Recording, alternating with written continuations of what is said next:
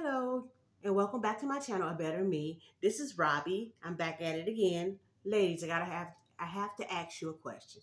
Have you ever sneezed and peed? Have you ever coughed and peed? Have you ever bent down and lifted up something and peed? That is embarrassing, but it's happened to me. And I'm just wondering, has it or is it happening to you? Incontinence. The term is called stress incontinence. Stress incontinence is not because you're stressing about something.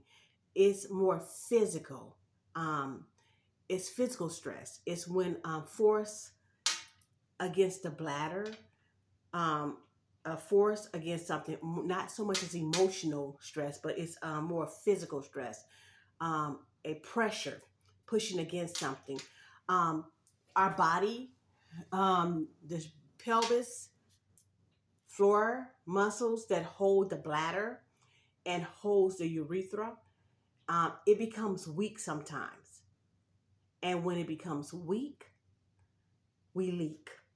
Yeah, we can leak. Um, and how it becomes weak is over time. We um, we have obesity. We deal with pregnancies. We deal with old age. We deal with hormone changes. Um, we deal with sneezing, coughing, and hard laughing and heavy lifting. Those are the things that set it off. But the problem is, why is it becoming weak?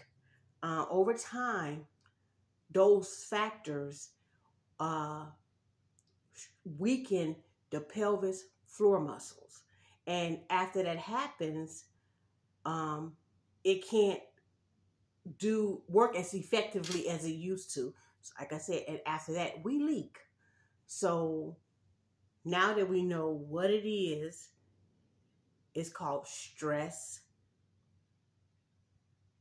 incontinence.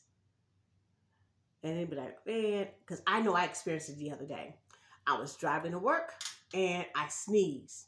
And lo and behold, I peed. First thing I did was like, oh my God, oh my God, oh my God. I just took a shower. I'm on my way to work. Oh my God, I hope this didn't go through my pants. I can't walk around with a pee stain on the back of my pants. That is not professional and that is not sanitary. So I'm like, let me think about this. I know I ain't the only one walking around here peeing on myself. But why am I peeing on myself? I do not have Alzheimer's. I have all my faculties still, thank God. So I should be able to get up and go to the bathroom like a normal person. But again, the muscles, the pelvic floor muscles wear out. Also, um, the bladder holds the urine, but the urethra is the passageway which urine flows through. And it's like a door, a flap. When you pee, um, the door opens. But in this case, and then it shuts, closed, and seals. But in this case, let anything like a good pressure, a force, it'll push the door open and the door will fly open because it's not strong anymore. It's similar to my front door. My front door has had so much wear and tear for the kids over the years. And now when I shut the front door, the latch doesn't catch all the time. So sometimes I have to stand there and jiggle the handle till the latch can hook in. And when the wind comes, it doesn't throw my screen door open. Well, that's kind of like how the urethra works.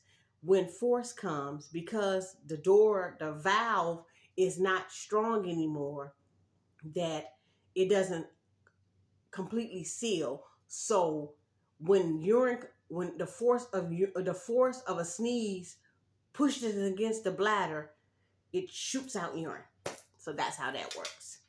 So what can we do about this? How can we fix this problem? Well, Kegels. Kegel exercises can help fix this problem. We have the one Kegel exercise where you can act like you're stopping your pee and you hold and squeeze for 5 seconds and then you release for 5 seconds. Hold and squeeze for 5 seconds and release for 5 seconds. You can do this sitting down at your desk, in their car, in the bed, at church. We don't know about that. No. But you can do it anywhere sitting down. You hold for 5 seconds, you squeeze for 5 seconds, and you release. And that will help the strengthen the pelvic floor muscles. Another exercise you can do is lay down in your bed, pull your knees up, and raise your hips, tilt your hips forward, and tighten your core muscles, and then release. And you can do that, and that is another exercise that you can do at home that will help strengthen your pelvic floor muscles. There's some other things that you can do too. You can stop drinking caffeine. You can stop drinking carbonated drinks, and you can also stop drinking alcohol. Yeah, I know. A wine a day keeps a girl okay. No, but for real. Those are some irritants that irritate the bladder that makes you have to pee more. So if you can avoid or at least decrease those things, that will help with your urinary um, bladder incontinence, or AKA stress incontinence. Another thing that you can do is physical therapy. Physical therapy. No, not that type of physical therapy. Physical therapy for the pelvic floor muscles. They have therapists that you can go to that will help you with more advanced exercises to strengthen the pelvic floor muscles. So you can consider that. Also, lose some weight. Yes, losing a little bit of weight can take pressure off the bladder, and that can help also. Trying to hit all my key points. So we talked about the Kegel exercises. We talked about alcohol consumption and carbon drinks and caffeine. We talked about losing about a little bit of weight. Also, because that would have saved me the other day, having a pad on or a panty liner while you're trying to strengthen your muscles, your pelvic floor muscles back, that can help with confidence so that you know that you're not walking around with a pee stain on your pants or feeling unsanitary. So get you some panty liners or get you some pads, pop it in there, and go on about your business. So when you're sitting, make sure you can do those Kegel exercises. Try to do them at least 3 times a day, 5 to 10 reps. That helps. That helps strengthen it back up so that you can gain control of your bladder. If all else fails and the leaks are coming or they're getting better, they're getting worse and it's affecting your life, it's time to go to the doctor. Yes, I said that word, the doctor. It's time to see the doctor. If you go to the doctor, he could give you some options like medication or some kind of medical device, or possibly even consider surgery if it's that bad. Ladies, we will not let urinary incontinence control our lives.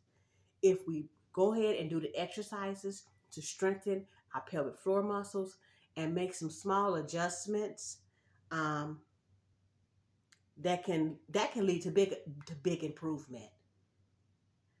Let's take back control of our bladder together, and let's be healthy.